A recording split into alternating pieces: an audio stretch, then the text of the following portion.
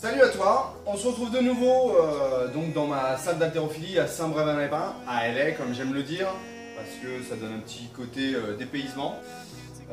Donc du coup aujourd'hui nous allons voir le tirage lourd. Can you feel the attraction? Feel the attraction. Can you feel it between us? This energy's inside us like electricity. Alors, tirage lourd vs soulevé de terre. Pourquoi ce gros titre? Pour la bonne et simple raison, c'est que lorsque je parle aux gens de ma discipline et que je leur dis les exercices que j'ai effectués, lorsque j'ai effectué des tirages lourds, donc on va voir tout de suite ce que c'est, je leur dis j'ai fait du soulevé de terre. Pourquoi? Parce que lorsque je leur dis j'ai fait du tirage lourd, eh ben 80% si ce n'est plus d'entre eux ne savent absolument pas de quoi je parle, ou alors se disent ah oui, t'as fait du soulevé de terre. Alors que ça n'a rien à voir. Et aujourd'hui nous allons voir pourquoi ça n'a rien à voir. Alors, maintenant, démonstration technique. Dans un premier temps, la différence entre les deux exercices d'un point de vue visuel. Je rentrerai dans les explications après. Donc, soulevé de terre.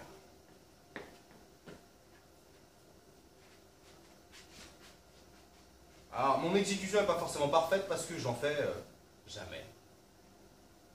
Donc le dos droit, les jambes très écartées, voire encore plus. Les bras en position centrale, main en pronation, une main en supination pour avoir une bonne saisie. Dos bien droit, dos fixe et on pousse.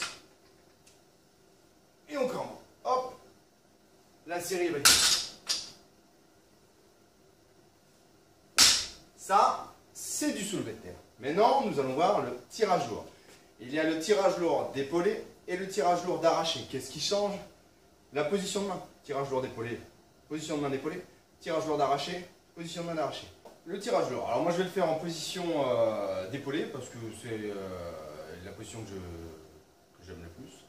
Mais en fait la différence entre les deux, comme j'ai dit tout de suite, l'épaulé c'est en position de main d'épaulé, arraché, position de main d'arraché. Sinon l'exercice en lui-même est le même. Les mains en position d'épaulé. Les pieds à l'intérieur, les pieds et les jambes à l'intérieur de l'écartement de main et de bras. Position d'épaulé, position de départ d'épaulé. Le dos bien droit, les épaules bien rigides, un point fixe.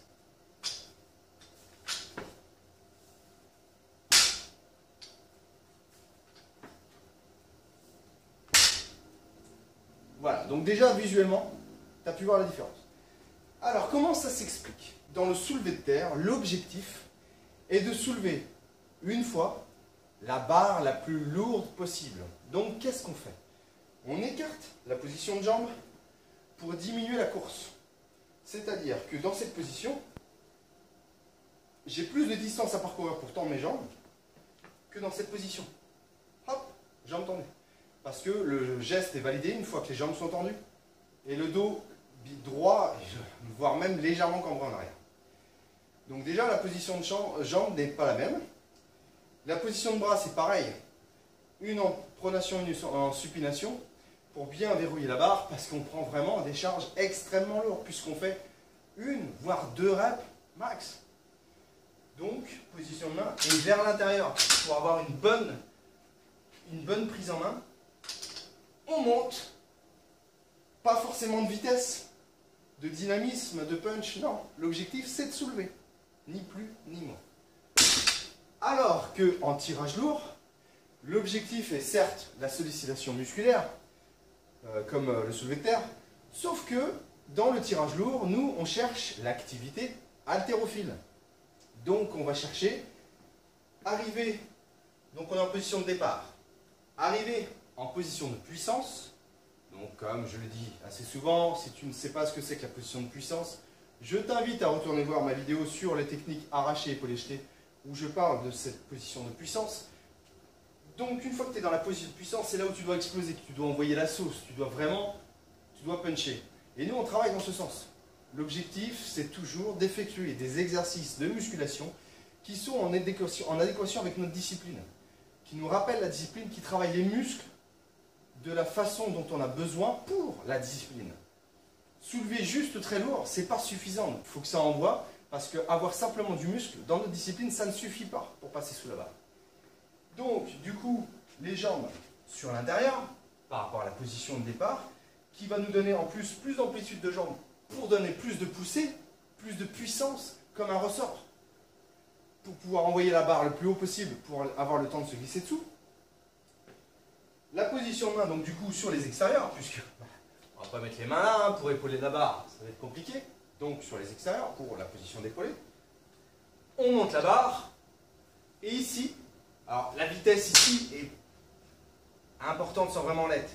Il faut monter assez vite, bien évidemment, mais voilà, faut pas être au ralenti, mais faut pas essayer de tout puncher dès le début. On monte la barre, alors là, position à chier, hein, faut pas faire ça. Là, dos bien droit, on monte la barre, et en position de puissance, là on envoie tout. Et on s'étend au maximum, on monte sur la pointe des pieds, et on tire sur les épaules.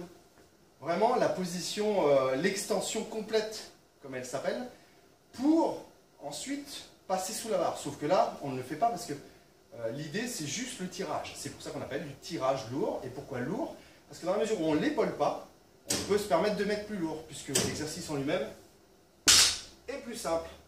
Donc voilà la différence entre le tirage lourd et le soulevé de terre. Donc j'espère que cette vidéo t'a plu. N'hésite pas à mettre un petit pouce bleu.